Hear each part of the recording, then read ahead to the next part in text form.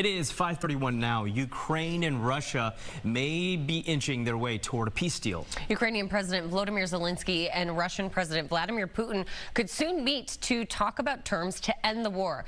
Our Doug Luzader, of course, has been following all of us, the big meetings here last week and this week. Joins us from Washington this morning with the very latest following that big meeting at the White House yesterday. Good morning, Doug.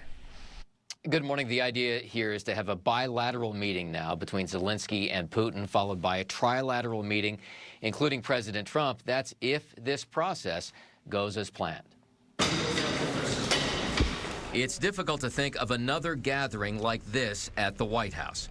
President Trump playing host to Ukrainian President Volodymyr Zelenskyy and 7 other European leaders, all focused on a peace deal for Ukraine. In a certain period of time, not very far from now, a week or 2 weeks, we're going to know whether or not we're going to solve this, or is this horrible fighting going to continue. This was a follow-up to last week's Trump-Putin meeting in Alaska.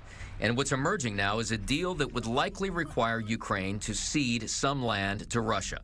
In exchange, Ukraine would get a commitment of protection from the U.S. and European allies.